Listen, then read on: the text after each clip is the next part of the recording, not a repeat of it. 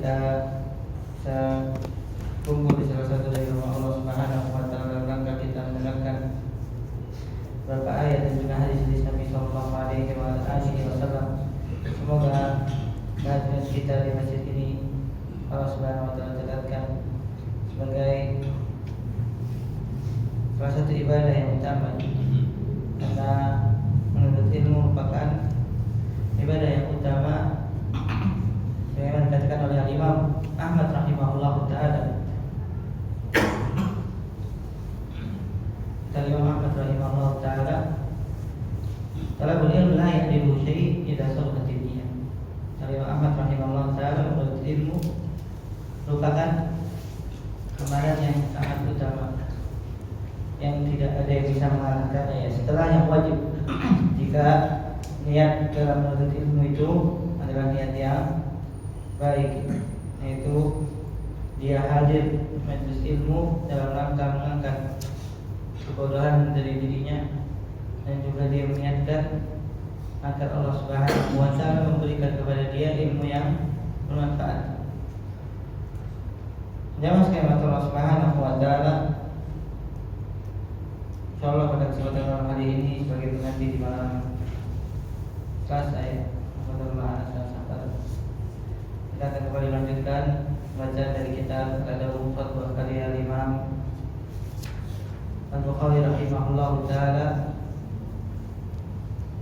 yang isi dari kitab ini adalah hadis Nabi sallallahu alaihi wasallam berkaitan dengan adab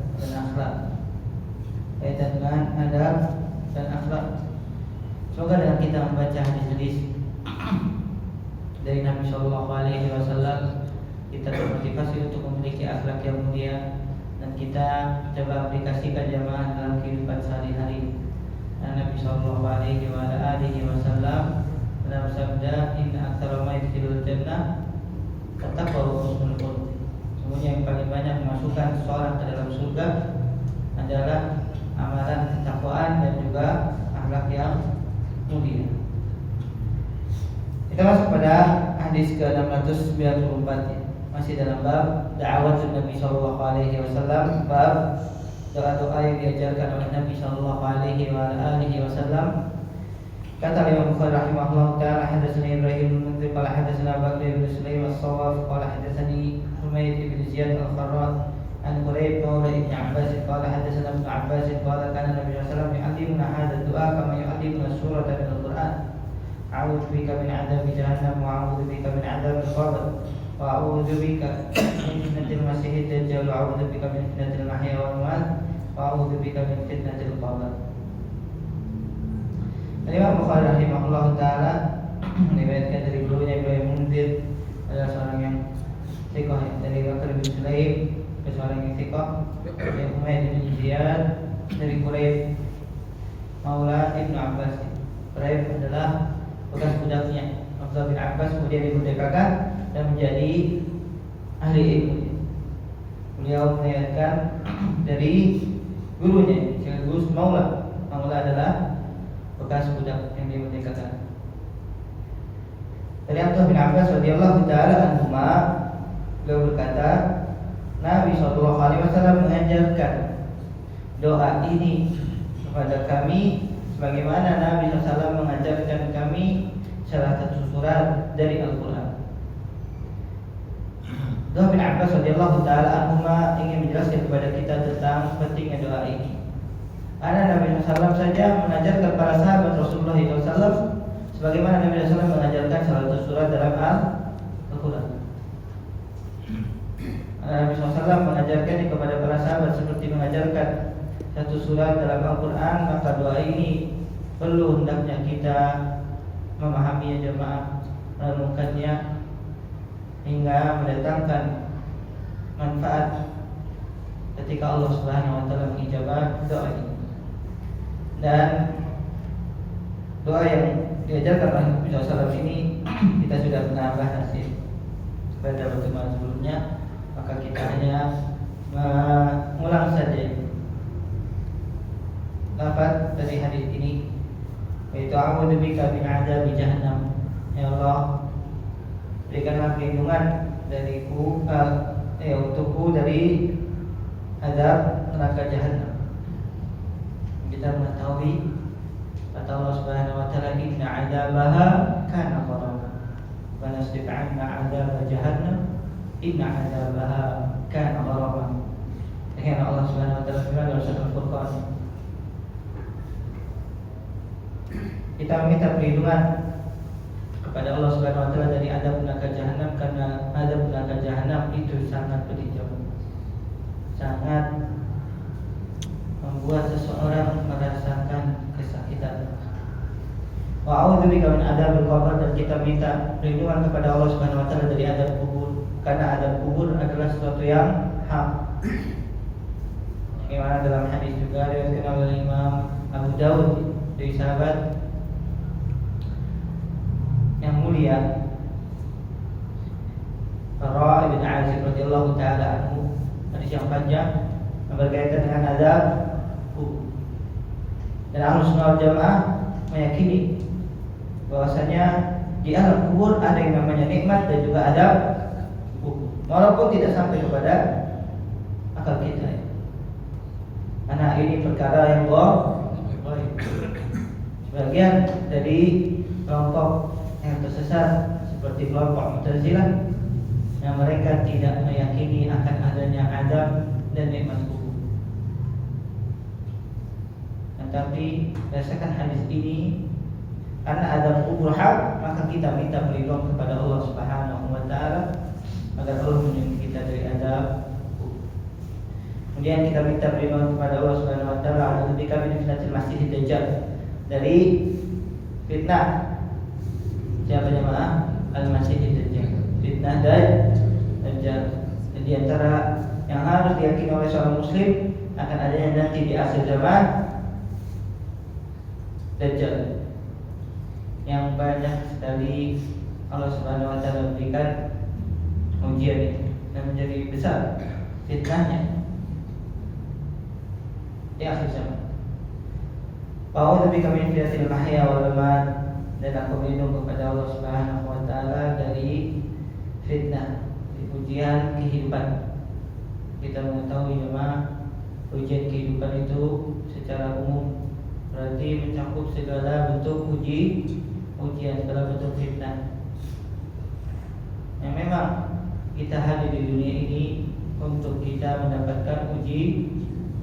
Allah Subhanahu wa taala berfirman, "Walladzi khalaqal mauta wal hayata liyabluwakum." Dalam ayat yang lain Allah Subhanahu wa taala berfirman, "Inna khalaqnal insana min nutfatin amsyajin nabtali." Maka kita berdoa kepada Allah Subhanahu wa taala agar kita tetap istiqomah walaupun ujian kehidupan itu kita dapatkan. Kemudian fitnatil mamat, para ulama menyebutkan maksudnya fitnatul mamat ini adalah fitnah di alam kubur. Itu apa? Bukan doa. Pertanyaan dua malaikat. Pertanyaan dua malaikat yang akan datang kepada setiap orang yang meninggalkan dunia ini, walaupun dia tidak dikubur di kuburan. Karena Nabi SAW dalam hadis yang sahih, ya'ti alaihi al-malakani al-aswadani al-azraqani al-aswadan. Datang kepada penghuni kubur ini atau orang yang sudah meninggal walaupun tidak dikubur, dua malaikat yang warnanya hitam kebiru-biruan atau biru kehitamannya. Kemudian bertanya, siapa man rabbuka? Qaul man rabbuka? Qulani man rabbuka? Siapa? Kemudian lain lisani. Malaikat ini, dua malaikat ini mendudukan penghuni kubur dan bertanya, siapa Rabb? Kemudian ada rajul ladzi ursila ilaihi, siapa laki-laki yang telah diutus kepada Allah? Kemudian ditanya tentang agama. Maka 3 pertanyaan ini jamaah sekalian sudah diberitahu oleh Nabi SAW pertanyaannya dan jawabannya, tapi tidak semua orang mampu menjawabnya jamaah. Dalam hadis ada disebutkan ya, hadis Bara bin Azib radhiyallahu taala anhu, hadis yang panjang. Oleh Imam Daud di situ disebutkan ada mereka yang bisa menjawab fitnah kubur, ada mereka yang tidak bisa menjawab. Yang bisa menjawab itu sesuai dengan firman Allah Subhanahu wa taala, "Yutsabbitullahu alladziina aamanu bil qawli tsabiti fil hayatid dunya wa fil akhirah." Dalam surat Ibrahim, "Yudhillullahu adh-dhalimin wa yaf'alullahu ma yasha." Allah Subhanahu wa taala akan kokohkan, Allah Subhanahu wa taala akan teguhkan orang-orang yang beriman dengan perkataan yang kokoh dalam kehidupan dunia dan juga dalam kehidupan akhirat.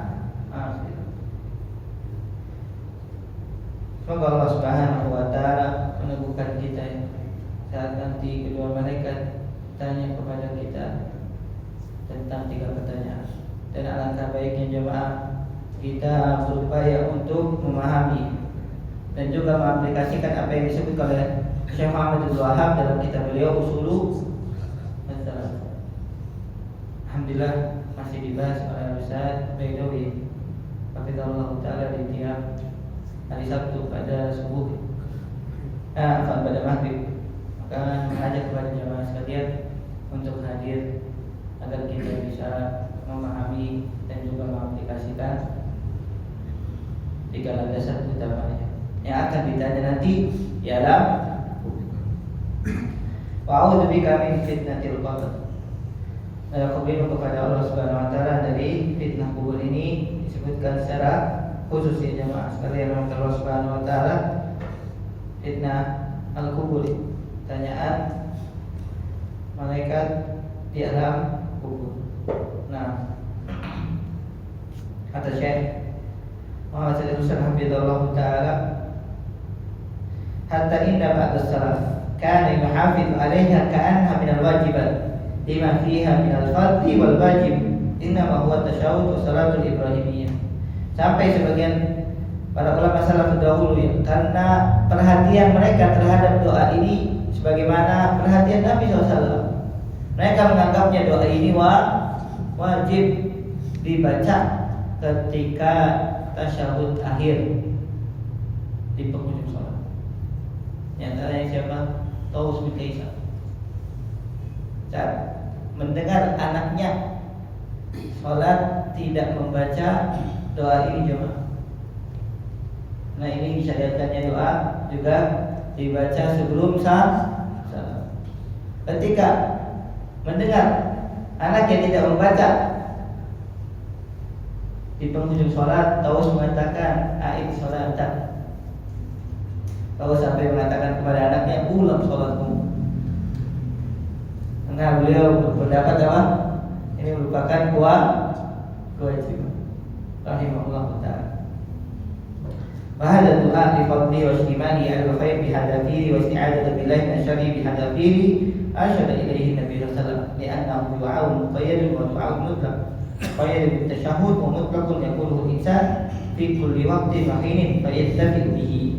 Doa ini mengandung banyak sekali keutamaan dan mencakup seluruh kebaikan dan meminta perlindungan kepada Allah Subhanahu wa taala dari seluruh keburukan. Semua masuk ke dalam doa ini dan kita minta perlindungan kepada Allah Subhanahu wa taala. Karena itu Nabi SAW mengajarkan para sahabat akan doa ini dan disyariatkan doa ini secara muqayyad, yaitu di akhir setiap sholat wajib, di akhir setiap sholat. Kemudian juga secara umum saat di waktu-waktu yang mustajab kita minta kepada Allah dengan doa ini. Nah, baik.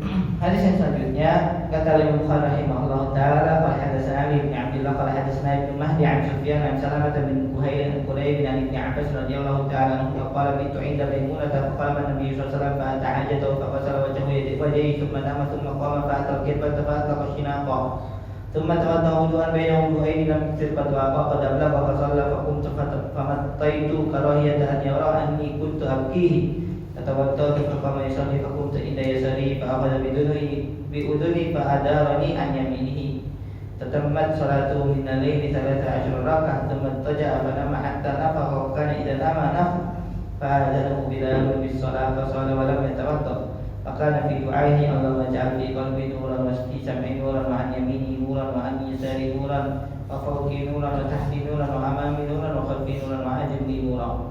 قال قريب مسابقا في التابوت فلقيت رجلا من ولد العباس فحدثني بهن فذكر عصبي ولحمي ودمي وشعري وبشري وذكر خصلتين. Imam Al-Bukhari rahimahullahu ta'ala meriwayatkan dari gurunya Ali bin Abdullah. Ali bin Abdullah ini Al-Madini, guru yang sangat disanjung, yang sangat dihormati oleh Imam Bukhari rahimahullahu ta'ala. Beliau adalah seorang ahli hadis, imam, bahkan gurunya mengakuinya. Gurunya siapa? Sufyan ibnu Uyainah. Sebutkan dalam biografi Sufyan ibnu Uyainah, murid-muridnya itu sedikit 10 jamaah. Karena Sufyan ibnu Uyainah selalu menyebutkan nama Ali, maksudnya Ali Al-Madini. Talumunani bihubbi Ali. Kalian mencela diriku karena aku sangat cinta kepada Ali. Maksudnya muridnya jamaah. Maka kata Sufyan ibn Uyainah, wallahi ta'ani istafadtu minhu aktsar mimma istafada minni. Demi Allah, katanya, aku lebih banyak mendapatkan manfaat dari dirinya, dari ilmunya, dibandingkan dia mengambil manfaat dariku. Jadi gurunya saja mengakui siapa? Kepiawaian Al-Imam Ali bin Madini. Walaupun kita tahu Sufyan bin Uyainah tentu lebih banyak hadisnya jemaah. Karena Sufyan bin Uyainah imam. Nah, tidak perlu ditanya lagi tentang kredibilitasnya. Namun karena tawaduknya beliau dan pengakuan akan ilmunya siapa? Ali Al-Madini rahimahullahu ta'ala. Dari Ibnu Mahdi, Abdul Mahdi ini tidak lain, dia bukan adalah Abdurrahman bin Mahdi. Abdurrahman bin Mahdi ini adalah guru dari Al-Imam juga Asy-Syafi'i rahimahullahu ta'ala. Abdurrahman bin Mahdi bukan gurunya, selenting dengan Al-Imam Syafi'i rahimahullahu ta'ala.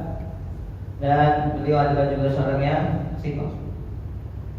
An Sufyan di sini adalah Sufyan Ats-Tsauri, Sufyan bin Sa'id bin Masruq Ats-Tsauri.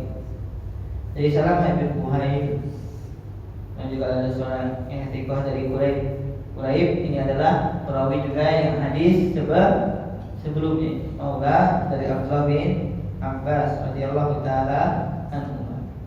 Dan jamaah sekalian Allah Subhanahu wa taala, hadis ini perlu kita jadikan renungan. Kenapa? Karena Abdullah bin Abbas radhiyallahu taala anhu saat meriwayatkan hadis ini atau saat menceritakan kisah ini, Abdullah bin Abbas radhiyallahu taala anhu umurnya tidak sampai 10 tahun. Tapi bagaimana beliau semangatnya untuk melihat ibadahnya siapa? Sang teladan. Umurnya masih berapa? Tidak sampai 10 tahun sebagaimana dikatakan oleh para ulama. Tapi semangat ibadahnya, semangat ingin mencontoh sang teladannya. Apa yang beliau lakukan kita simak. Aku menginap di rumahnya Maimunah. Siapa Maimunah jemaah? Maimunah bintul Harith. Dia adalah salah seorang istri Rasulullah sallallahu alaihi wasallam, dan beliau sekaligus radhiyallahu taala anha bibi dari siapa? Abdullah bin Abbas. Berarti mahramnya siapa? Abdullah bin Abbas.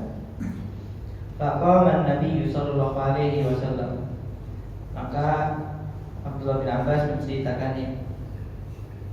Nabi sallallahu alaihi wasallam berdiri, kemudian beliau melaksanakan hajatnya, kemudian mencuci wajahnya dan kedua tangannya. Tsumma nama. Kemudian beliau SAW itu tidur. Tsumma qama. Kemudian setelah tidur, Abdullah bin Abbas melihat Nabi SAW bangun. Berarti kalau kita cermati dari hadis ini jamaah, atau dari kisah ini, Abdullah bin Abbas sama sekali nggak tidur. Bayangkan, seorang anak umur 10 tahun sengaja nggak tidur, sengaja begadang, bukan main game doang. Anak zaman sekarang ngapain coba? Allah Ustaz, pegang HP nggak bisa tidur. Kenapa? Main game lah, susah lepas dari hand. Ini Abdullah bin Abbas radhiyallahu ta'ala anhu, beliau sengaja nggak tidur dan beliau ingin melihat apa yang dilakukan oleh Nabi SAW di waktu malam. Setelah Nabi SAW tidur, beliau bangun. Tsumma qama fa'atal qiblah. Dan Nabi sallallahu alaihi wasallam itu menuju Qilbah. Qilbah itu adalah sebuah tempat air di zaman dahulu yang terbuat dari kulit. Jadi dahulu nggak pakai botol gini, jamaah, ada dulu botol gini. Untuk menyimpan air biasanya menggunakan apa? Qilbah. Itu tempat air yang dibuat dari kulit sapi. Fa'atlaqa shinaqaha. Maka Nabi SAW membuka penutupnya. Kemudian Nabi SAW berwudu dengan air yang ada di Qilbah tersebut. Dua kali. Jadi dua kali cucian pada setiap anggota. Kita bisa mempelajari di sini bahwasanya di antara yang diperbolehkan adalah mencuci anggota wudu hanya dua kali, dan 3 kali yang paling sah. Lam yukfir. Maka bin Abbas niat Nabi SAW tidak mencucinya sebanyak 3 kali. Waqad ablaqa. Akan tetapi beliau menyempurnakan wudunya. Kemudian tsumma qama. Apa nih? Fasalla. Kemudian Nabi SAW salat. Fakumtu. Kemudian aku mengikuti Nabi SAW untuk salat. Fatamattaitu karahiyata an yara anni kuntu abki. Maka aku berdiri dan aku menjauh dari Nabi SAW karena khawatir beliau melihat aku dalam keadaan apa? Masih terbangun. Apa? Dalam keadaan aku ingin mengikuti Nabi SAW. Dalam riwayat yang lain jamaah sekalian, fa'uraqibu. Aku ingin menyaksikan atau aku ingin menguasai apa yang dilakukan oleh Nabi sallallahu alaihi wasallam. Maka saat itu aku berwudu, fatawaddatu faqama yusolli. Kemudian aku sholat inda yasarihi. Aku inda yasarihi. Aku berdiri di sisi kiri Nabi sallallahu alaihi wasallam. Fa akhadha bi yuduni fa adarani an yaminihi. Maka ketika aku sholat di samping kiri beliau meraih telingaku dan menempatkanku di sisi kanannya. Anda kita mengetahui jamaah sekalian Allah Subhanahu wa taala, kalau ada dua orang yang sedang melaksanakan sholat kemudian berjamaah, maka imamnya sebelah mana jemaah? Sebelah kiri. Yang makmumnya sebelah kanan.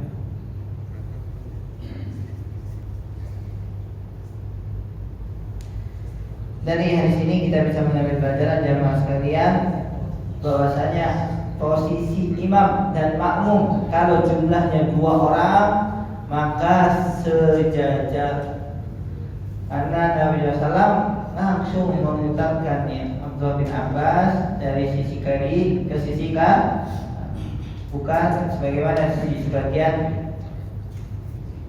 perbuatan kaum muslimin yang kalau sholat hanya berdua jamaahnya dia agak mundur jauh. Benar kan?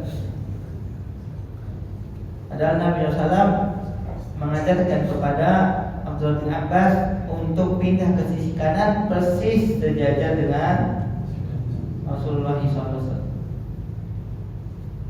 Fa'adaroni an yaminihi, Nabi SAW mengarahkan ke bagian sisi kanan dan mendekati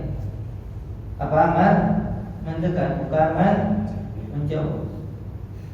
Ini menjadi dalil bahwasanya posisi makmum ketika menjadi makmum yang hanya dia bersama imam itu berada di sebelah kanan sejajar.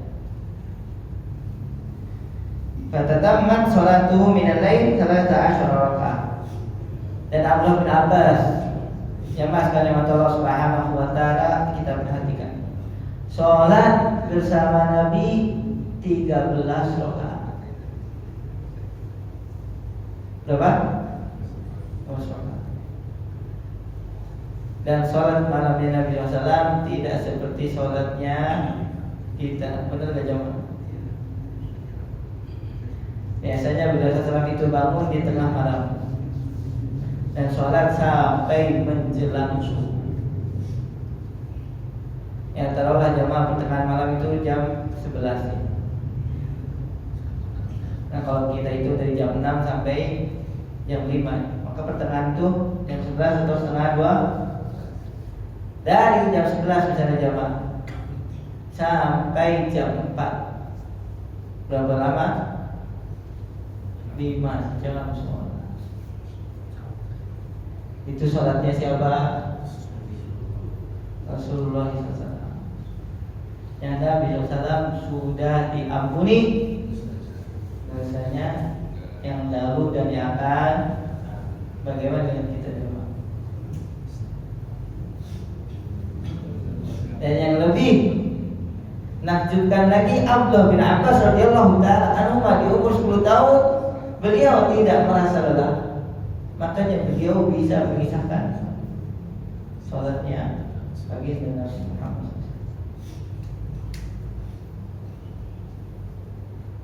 5 jam itu mungkin bisa dapat 5 juz jamaah. Mana jamaah siap kan?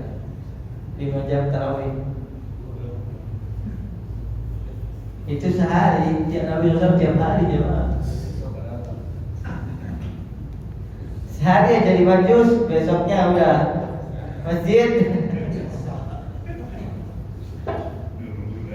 Ada lagi jamaah. Abdullah bin Abbas umurnya berapa? 10 tahun.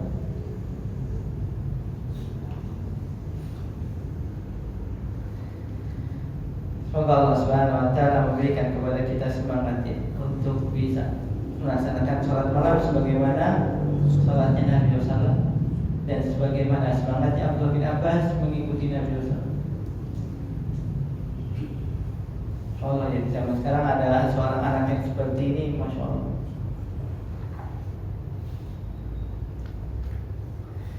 Tiga 13 rakaat jamaah. Di sini para ulama menyebutkan 13 rakaat. Apakah Nabi SAW menambah yang biasa beliau lakukan 11 atau seperti apa? Ulama menyebutkan maksudnya 13 rakaat ini Ada yang menyebutkan pendapat yang pertama 2 rakaat itu sebagai pembuka. Jadi ada 2 rakaat yang ringan sebelum Nabi SAW benar-benar melaksanakan sholat malam yang panjang. Pendapat yang kedua maksudnya 13 rakaat. Nabi SAW sholat malam 11 rakaat dan 2 rakaatnya adalah 2 rakaat sholat sunnah sebelum sholat sunnah sebelum sholat subuh. Allah Ta'ala yang lebih kuat pendapatnya adalah pendapat yang pertama. Maksudnya 2 rakaat ini termasuk juga sholat malam, tapi membuka untuk melaksanakan sholat malam yang panjang. Tsumma taja'a, kemudian Nabi SAW berbaring. Fanama, kemudian Nabi SAW itu tidur jamaah. Hatta nafakha, sampai terdengar suara dengkurannya.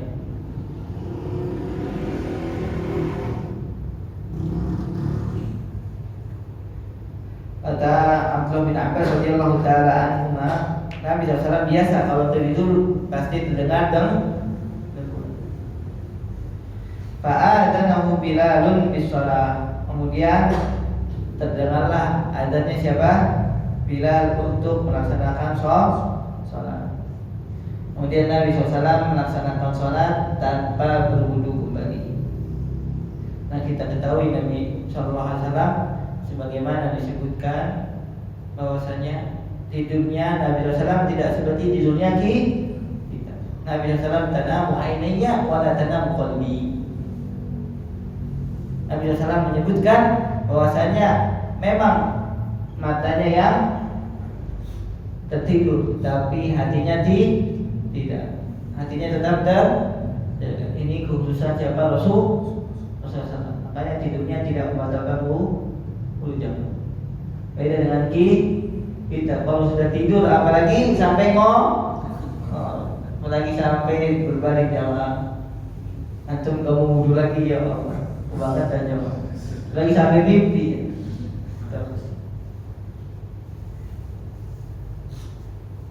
Allah Ta'ala sesuai disebutkan oleh para ulama bahwasanya ini kekhususan Nabi SAW. Nabi SAW tidur, tapi hatinya tetap terjaga. Maka Nabi du'aihi, dan diantara doa yang diucapkan Nabi SAW, beliau membaca doa Allahumma ja'al fi qalbi nur. Ya Allah, jadikanlah cahaya pada hati. Wa fi sam'i, pada pendengaran. Wa an yamini, pada sisi kananku. Wa an yasari, pada sisi kiri. Wa fawqi, pada arah atasku. Wa tahti, pada bawahku. Wa amami, pada depanku. Wa khalfi, dan pada belakangku. Wa a'dzim bi nur. Dan ya Allah, besarkan cahaya untuk. Apa makna cahaya di sini jamaah? Makna cahaya di sini lampu. Jadi Nabi SAW bercahaya jamaah, sampai katanya sekarang Nur Muhammad. Ada salah satu keyakinan yang sangat ekstrim, sangat berlebihan, bahwasanya seluruh yang ada di langit dan bumi itu diciptakan dari nurnya Muhammad, dari cahaya Rasulullah. Ini merupakan keyakinan yang keliru ya. Yang menciptakan seluruh alam semesta adalah siapa? Allah Subhanahu. Tapi yang dimaksud di sini cahaya adalah cahaya maknawi. Cahaya petunjuk. Karena tidaklah petunjuk kecuali dikatakan cahaya yang menerangi seorang hamba untuk berjalan dalam kehidupannya. Sebelum nanti cahaya yang juga bermanfaat di akhirat. Karena di akhirat jamaah nggak ada lagi yang namanya listrik, nggak ada lagi namanya lampu apa namanya kalau pakai lampu lampu tembak. Cahayanya berasal dari cahaya siapa? Allah Subhanahu wa Ta'ala. Dan ketika semakin kita menumpuk cahaya dengan mengikuti petunjuk Al-Quran dan Sunnah, karena Al-Quran dan Sunnah adalah betul, akan semakin terang cahaya kita di mana? Di akhir. Dan pernah kita bahas tentang cahayanya orang-orang yang beriman itu memberikan penerangan dibandingkan cahayanya orang-orang munafik, apalagi orang-orang kafir. Maka yang diminta oleh Nabi SAW di sini adalah betul jamaah sekalian yang Allah Subhanahu wa Ta'ala. Dan cahaya petunjuk ini, masya Allah, Nabi SAW meminta kepada seluruh alam. Dan yang paling pertama yang beliau minta adalah cahaya di dalam hati. Kemudian pendengaran. Kemudian dalam ayat yang lain itu ada tambahan basori, fi basori nurun, tambahan pada penglihatan. Yang menunjukkan ini adalah cahaya maknawi karena telinga gimana cahaya jemaah? Paham di sini? Atau juga hati ya? Gimana terangin hati jemaah? Maka di sini yang dimaksud adalah cahaya maknawi, yaitu petunjuk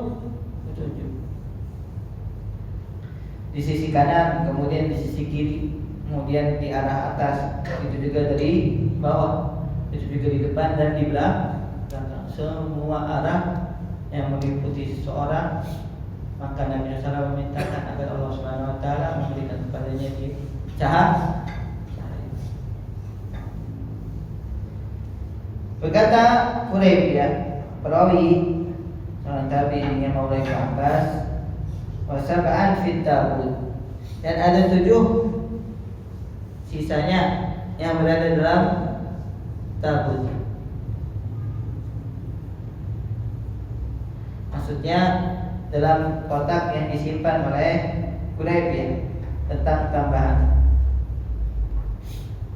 Simpan Quraib atau disimpan oleh Abdullah bin Abbas radhiyallahu taala anhu. Maka aku menemui anaknya Abbas, dia menceritakan kepadaku tentang doa itu dan ditambahkan tambahannya. Tambahan apa? Tambahan. Itu tambahannya 7 hal yang ditambahkan dari cahaya. Kita dengar ada terjadi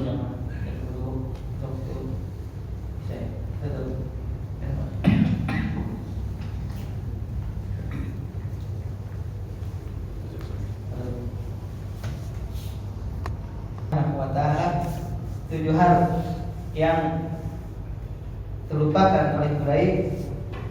Kemudian beliau bertanya kepada salah satu dari anaknya Abbas, Quraib radhiyallahu taala anhu, maka disebutkan tambahan permintaan kepada Allah Subhanahu wa taala cahaya itu ditambahkan asobi. Asobi itu artinya adalah urat saraf ya. Kemudian walahmi, daging. Allah jadikanlah cahaya juga di daging. Wadami, kemudian pada darah. Wasya'ri, kemudian pada rambut. Kemudian yang kelima basyari, kemudian pada kulit. Wa dzakara khoslataini, kemudian tersisa 2 lagi. Para ulama menyebutkan 2 lagi, ada yang menyebutkan yang ke-6 adalah otaknya, mukhi. Kemudian yang ke-7 adalah al-'adham, yaitu apa? Tulangnya. Tapi kata Al-Hafidz Ibnu Hajar rahimahullah taala, 2 hal lagi yang menyempurnakan menjadi 7 adalah yang lebih tepat lisan, walisani, dan juga nafsi, yaitu apa? Jiwa. Jadi genap menjadi ganjil menjadi itu 7 jamaah. Ini yang kita minta kepada Allah Subhanahu wa taala cahaya sampai kepada hal yang batin. Urat, kemudian apa? Daging, kemudian darah, kemudian rambut, dan yang kelima kulit, yang keenam lisan, dan yang terakhir adalah nafsi, jiwa. Jadi kita minta kepada Allah Subhanahu wa taala semuanya apa? Cahaya. Dari hadis ini jamaah sekalian Allah Subhanahu wa taala, hadisnya diriwayatkan oleh Imam Bukhari dan Muslim. Bahkan Imam Bukhari meriwayatkan, perhatikan jemaah, hadis Maimunah ini, apa hadis Abdullah bin Abbas ketika berada di bibinya. 13 jalan. Jadi disebutkan 13-nya di mana kitab Sahih Bukhari. Adapun Imam Muslim hanya meriwayatkan atau menyebutkan cuma satu. Menunjukkan hadis ini merupakan hadis yang sangat mulia jamaah sekalian Allah Subhanahu wa taala. Di antara faedah yang kita bisa ambil dari hadis ini, jawazul mabiti shagiri inda mahramihi wa in kana zawjuha indaha. Diperbolehkan mahram yang masih kecil itu ikut menginap, sedangkan suami dari calon mahram ini bibinya tadi ada ya. Bahkan Abdullah bin Abbas menghitung ini. Kapan Nabi SAW menginap di mana? Di rumahnya Maimunah. Sampai seniat itu cuma. Pokoknya anak mau melihat bagaimana Nabi SAW memanfaatkan malamnya.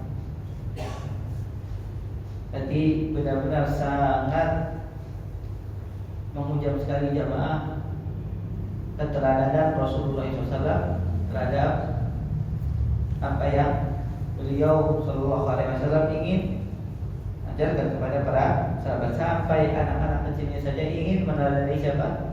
Rasulullah. Dari yang sini kita bisa mempelajari juga sihhatu sholat shabi, sahnya sholat anak yang kecil, karena disebutkan di sini Abdullah bin Abbas belum balik, umurnya 10 tahun, rata-rata 10 tahun untuk laki-laki itu belum balik biasanya. Kalau perempuan tidak. Dan yang ketiga, jawaz fatli uduni sabihi li ta'nisihi wa iqadhihi. Diperbolehkan seorang itu menarik telinganya, fatli uduni sabihi. Fatli artinya menarik telinga seorang anak kecil, li ta'nisihi, untuk mengasihinya atau untuk mendidiknya, wa iqadhihi, dan membangun. Nabi SAW melakukannya kepada siapa? Abdullah bin Abbas. Dari hadis ini juga kita bisa mengambil pelajaran fadlu sholatil lail, keutamaan sholat malam. Nabi SAW melakukannya setiap malamnya. Bahkan kata Nabi SAW, dak usalihi, merupakan kebiasaannya orang soleh. Ini pernah saya sampaikan jemaah, harus bisa dibiasakan. Walaupun sholat malam cuma 3 rakaat. Antum bangun sebelum subuh 15 menit ya. Mungkin butuh kamar mandi 5 menit, sisa 10 menit masih bisa antum melakukan sholat 3 rakaat, insyaallah cuma 5 menit atau 10 menit. Gunakan jamaah, karena dengan sholat malam akan mendatangkan keberkahannya. Lagi Allah Subhanahu wa taala firman, tatajafa junubuhum anil madaji yad'una rabbahum khawfan wa tama'an wa mimma razaqnahum yunfiqun fala ta'lamu nafsun ma ukhfiya lahum min qurrati a'yunin jazaa'an bima kanu ya'malun. Ampun-ampun orang-orang yang dijamin masuk surga, mereka jauh dari pembandingan, punggung mereka itu jauh dari pembandingan. Maksudnya di sini melaksanakan sholat. Yad'una rabbahum, mereka berdoa kepada Allah Subhanahu wa taala dalam keadaan takut dan juga berharap. Dan dari sebagian rezeki mereka bayarkan zakatnya. Fala ta'lamu nafsun, maka tidak ada seorang jiwa pun yang mengetahui apa yang Allah Subhanahu wa taala sembunyikan dari kenikmatan. Maksudnya surga. Jazaa bima kanu ya'malun, disebabkan apa yang telah mereka lakukan. Maka jemaah, hendaknya kita melaksanakan sholat malam, jangan kalah dengan siapa? Abdullah bin Abbas. Dari hadis ini juga kita bisa mengambil pelajaran Abdullah bin Abbas radhiyallahu taala anhu wa bayan quwwati fahmihi wa hirsi ala ta'allumi amri. Keutamaan Abdullah bin Abbas radhiyallahu taala anhu, dan kita bisa melihat atau kita bisa memperhatikannya kekuatan pemahamannya, dan juga semangatnya dalam mempelajari agama ini. Nah, beliau dengan kesengajaan ingin melihat bagaimana Nabi SAW menghabiskan malam. Dan saat itu beliau umurnya masih beliau menunjukkan semangat beliau dalam mempelajari, dalam meneladani Rasulullah SAW. Ini juga penting kita hadirkan ya, penting kita ceritakan kepada anak-anak kita bahwasanya yang kita jadikan teladan siapa? Rasulullah SAW dan para sahabat. Sering sampaikan di sini jemaah, anak-anak muda kita sekarang kehilangan keteladan. Kalau seandainya kita sebagai ayah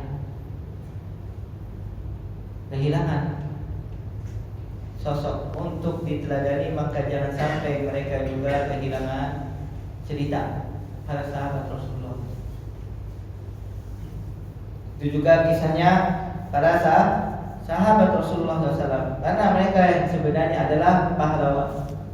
Mereka adalah yang sebenarnya manusia yang Allah Subhanahu wa taala jadikan sebagai sosok yang patut diteladani. Bukan orang-orang kafir atau orang fasik jemaah, yang justru akhirnya merusak siapa? Anak-anakmu muda. Terlebih lagi jemaah, di antara fitrah anak-anak muda adalah mereka senangnya menipu. Kalau yang ditontonkan atau yang diteladani, yang diikuti adalah orang fasik, gimana enggak rusak generasi kita? Maka kita dekatkan jemaah sekalian anak-anak kita kepada biografi, kepada suri tauladan Rasulullah SAW dan para sahabat, supaya akan muncul generasi yang terbaik. Di antara faedah yang kita bisa ambil juga mas'uliyatul jamaah fin nafilah wa bayan mauqifil iman wal ma'mum. Disyariatkannya juga jamaah saat sholat sunnah. Dan yang paling ditekankan ketika sholat malam atau sholat tarawih di bulan Ramadan. Walaupun di selain bulan Ramadan ini disyariatkan, tapi para ulama menyebutkan jangan sering sesekali boh. Karena di sini Nabi SAW tidak memerintahkan Abdullah bin Abbas yang memiliki inisiatif. Dan kalau seandainya dilarang, misalnya Nabi SAW melarang Abdullah bin Abbas untuk menjadi imam, tapi dibiarkan oleh Nabi SAW. Maka di sini disyariatkan. Makanya para ulama menyebutkan sesekali boleh sholat malam berjamaah selain di bulan Ramadan. Dan di antara faedah yang terakhir kita bisa ambil pelajaran jamaah al-murad bi su'alin nuri fi a'da'ihi wa jihati bayanul haqqi wa diyahi wal hidayati ilaihi. Maksudnya yang diminta kepada Allah Subhanahu wa taala dari cahaya pada anggota tubuh dan seluruh arah anginnya adalah memohon kebenaran. Kemudian juga cahaya petunjuk menuju kebenaran. Karena kalau bukan karena cahaya Allah Subhanahu wa taala, niscaya seseorang berada dalam kehidupan dunia ini dalam kegelapan. Kalau seandainya bukan petunjuk dari Rasulullah SAW, niscaya kita tidak bisa menilai mana yang buruk, mana yang baik. Kita tidak bisa meniti jalan. Sebagaimana kalau seorang berada di dalam kegelapan, bisa nggak dia melihat jalan jemaah? Bisa melihat ada bahaya di depannya. Itulah kita. Ketika kita mengikuti petunjuk Nabi SAW, maka kita akan bisa melihat jalan untuk menuju surga Allah Subhanahu wa taala dan bisa mendapatkan ampunan serta rahmat dari Allah Subhanahu wa taala. Mudah-mudahan apa yang kita bahas pada kesempatan kali ini